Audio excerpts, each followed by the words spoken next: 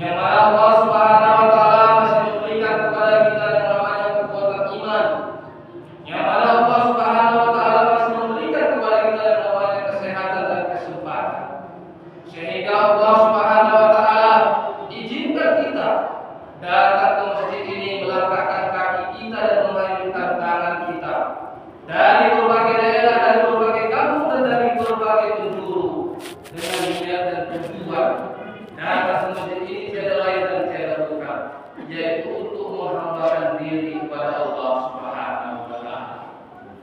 Khatib sering menyampaikan, nikmat bukan hanya sekedar ketika kita diberikan harta, pangkat dan jabatan lantas kita mengatakan itu nikmat. Nikmat bukan hanya sekedar ketika kita diberikan kemewahan dan kekayaan lantas kita mengatakan itu nikmat.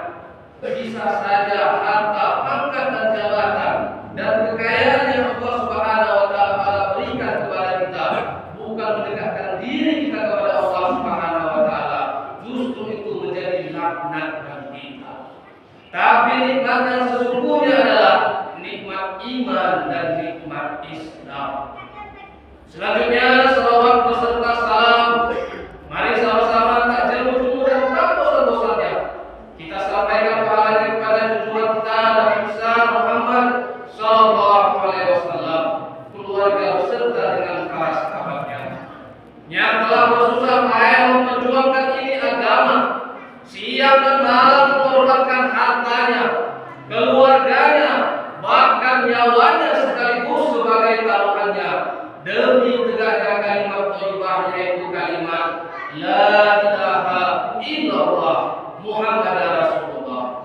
Yang barang siapa menjelang mati atau wafat atau sakaratul mautnya mampu mengucapkan kalimat la ilaha illallah, maka sudah barang pasti dijamin dan dijamin oleh Allah Subhanahu wa taala masuk ke dalam surganya Allah Subhanahu wa taala.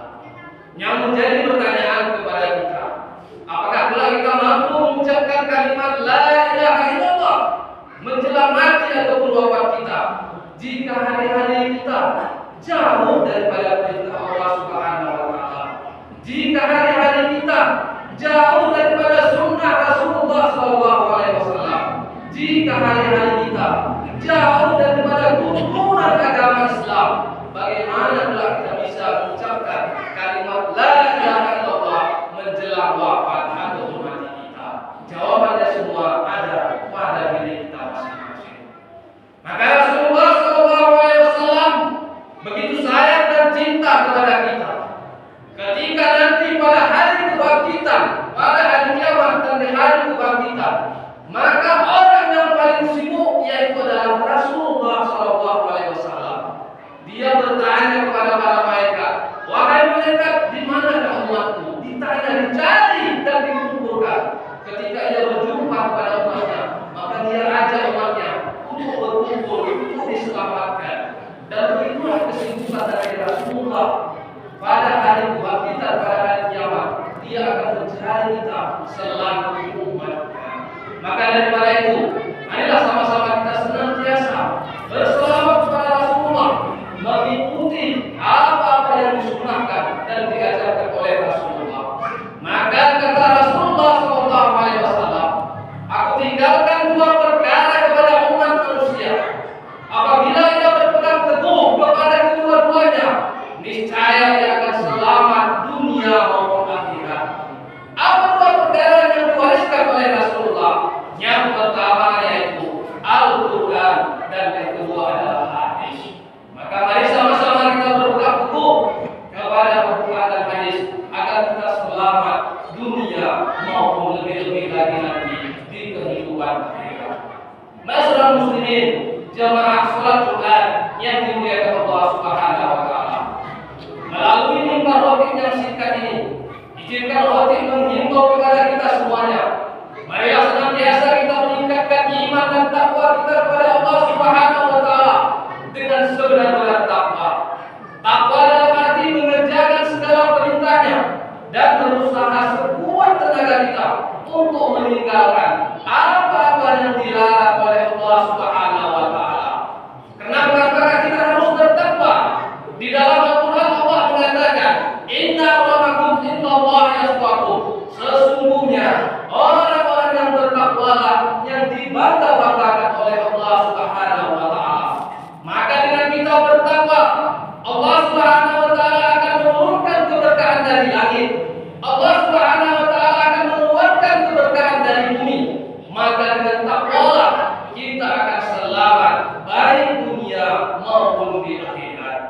Jamaah salat Jumat yang dimuliakan Allah Subhanahu wa taala.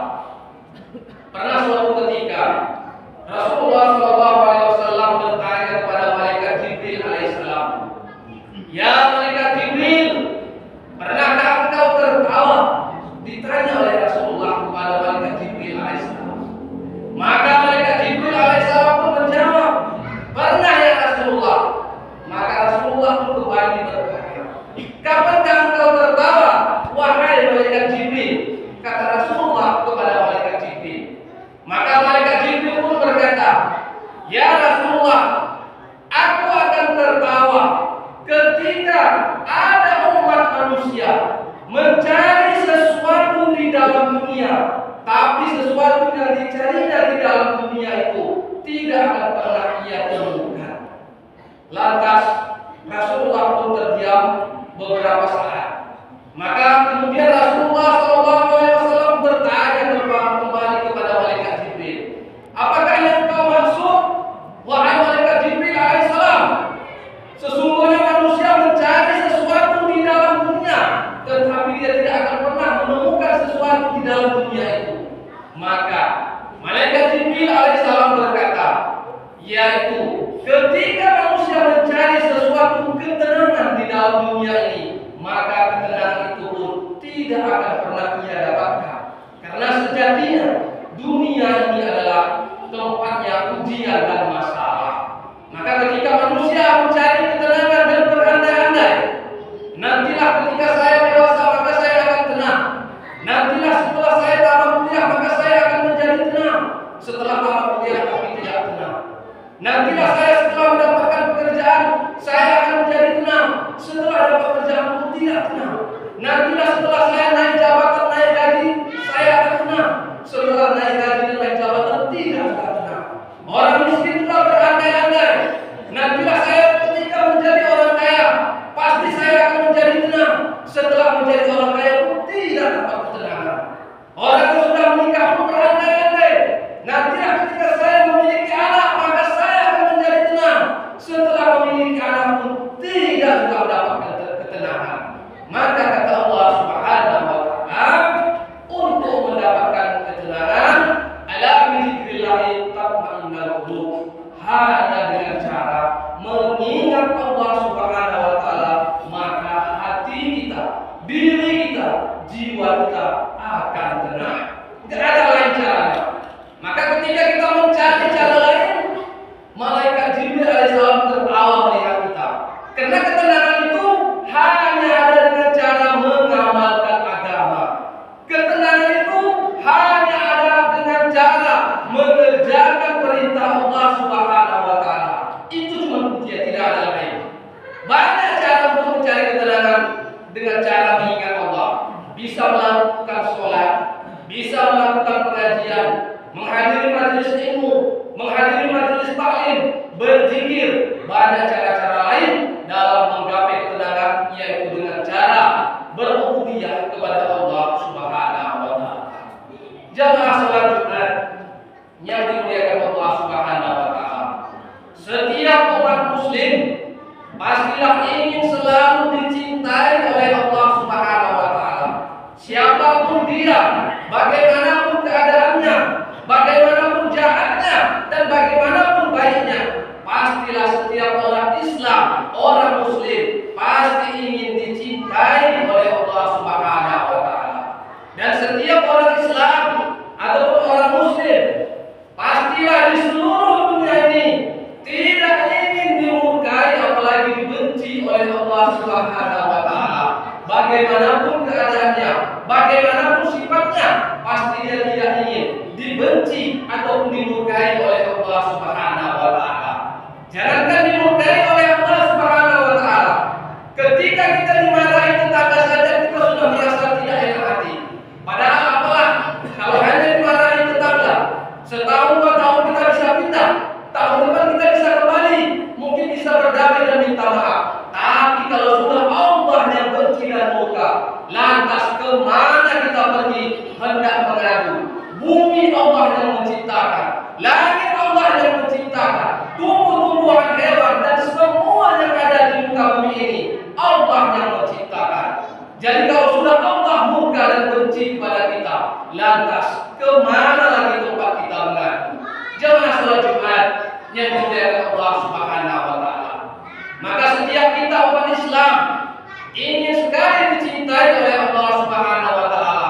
Tapi terkadang kita hanya ingin dicintai, tapi tidak ingin melaksanakan apa-apa perbuatan yang dianjurkan agar kita dicintai oleh Allah Subhanahu wa taala.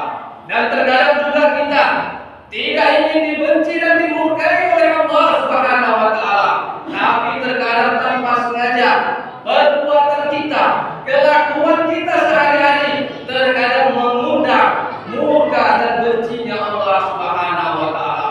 Maka dalam kesempatan ini khotib akan menyampaikan bagaimana cara agar kita dicintai oleh Allah Subhanahu wa taala. Jemaah salat Jumat yang dimuliakan Allah Subhanahu wa taala. Dalam hadis qudsi Allah Subhanahu wa taala berfirman melalui lisan Rasulullah sallallahu alaihi wasallam, yang mana dikatakan Allah Subhanahu wa taala, "Uhibbu salasan wa hubbi lis salasin asar."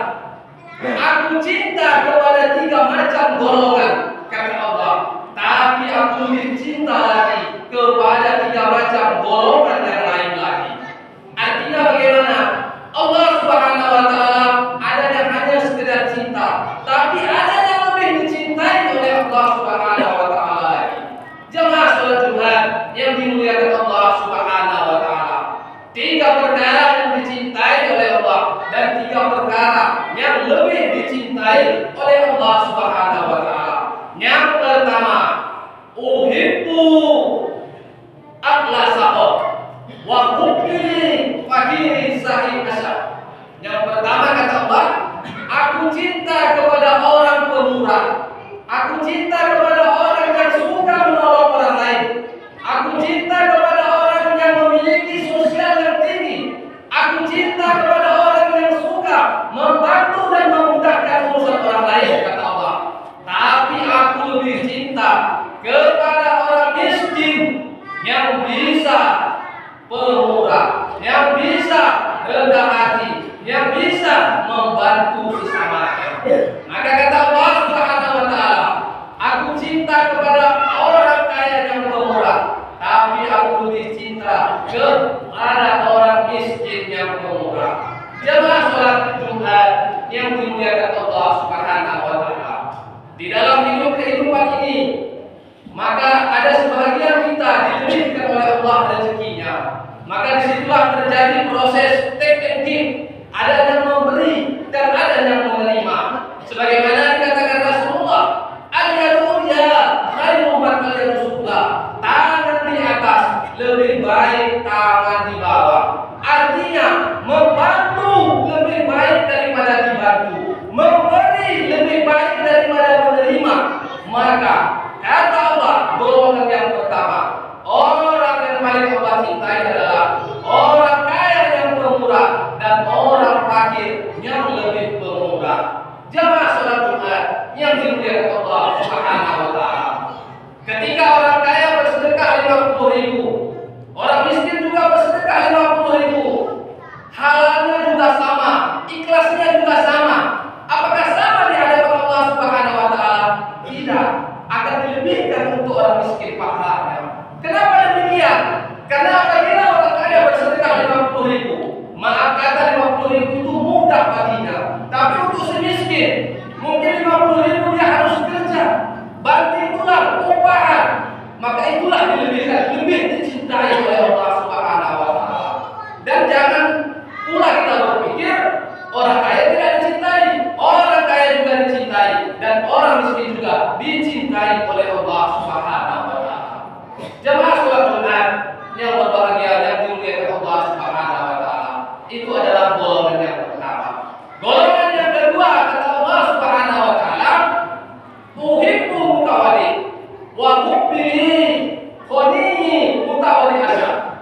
Aku cinta kepada orang yang tawadu, orang yang rendah hati, orang yang tidak sombong. Aku cinta kata Allah Subhanahu wa taala.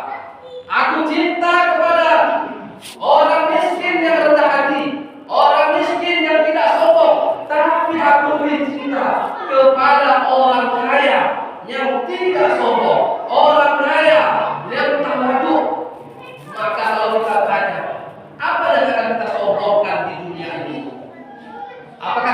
menyombongkan ilmu kita, belum ada apa-apanya ilmu kita dibandingkan ilmu Allah Subhanahu wa taala.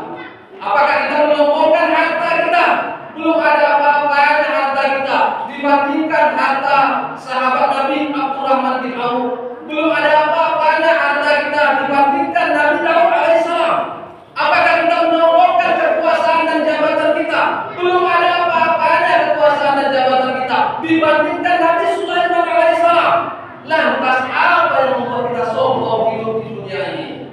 Makanya ketika itu iblis, dia bukan tidak taat kepada Allah Subhanahu wa taala. Iblis sudah masuk surga. Karena sifat sombongnya, maka iblis dicampakkan, dikeluarkan dari surga.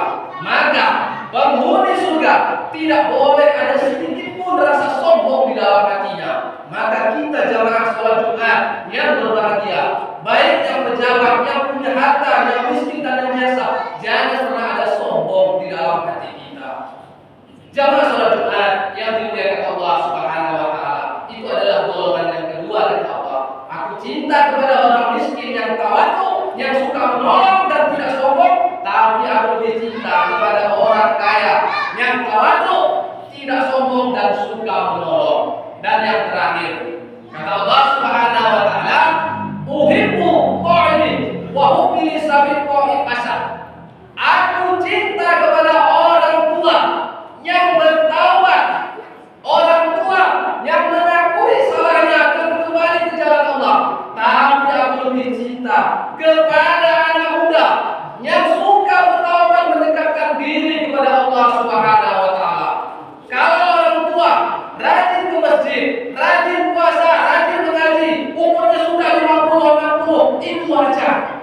Karena maaf kata mereka sudah mendekati yang namanya kuburan.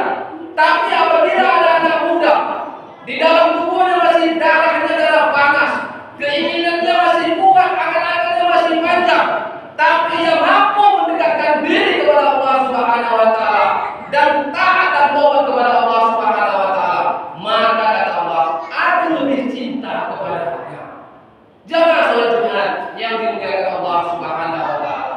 Artinya bagaimana? Ada 3 kunci, ada 3 golongan agar kita dicintai oleh Allah Subhanahu wa taala. Jadilah orang kaya yang tidak sombong. Jadilah orang miskin yang tawadu. Jadilah anak muda ataupun orang tua yang taat kepada Allah Subhanahu wa taala. Kesimpulannya, mari sama-sama kita dekatkan diri kita kepada Allah Subhanahu wa taala di sisa-sisa umur kita yang terakhir ini. Karena umur kita tiada yang tahu pasti. Bisa saja selepas ini, besok atau lusa kita dipanggil oleh Allah Subhanahu wa taala. Sebelum kita dipanggil oleh Allah Subhanahu wa taala, Allah Subhanahu wa taala tegaskan, janganlah kamu mati kecuali kamu benar-benar dalam keadaan Islam. Itu dalam surah Jumat sering dikatakan intaqwa. Maka kesimpulannya itu tadi, mari sama-sama kita dekatkan diri kita kepada Allah Subhanahu wa taala. Kita mulai awal tahun 2024 ini, kita buka lembaran yang baru agar kita selamat dunia maupun akhirat. Khotib menyampaikan bukan berarti khotib lebih baik atau lebih suci atau lebih taat, tidak. Tapi mari sama-sama kita belajar untuk lebih baik, belajar untuk taat kepada Allah Subhanahu wa taala. Karena surga itu luas, bukan hanya untuk sendiri. Jadi mungkin ini saja yang dapat khotib sampaikan. Barakallahu li wa lakum fil Qur'anil azim wa nafa'ani wa iyyakum bima fihi min ayatin wa dhikril hakim wa taqabbal minni wa minkum tilawatahu innahu huwal ghafurur rahim.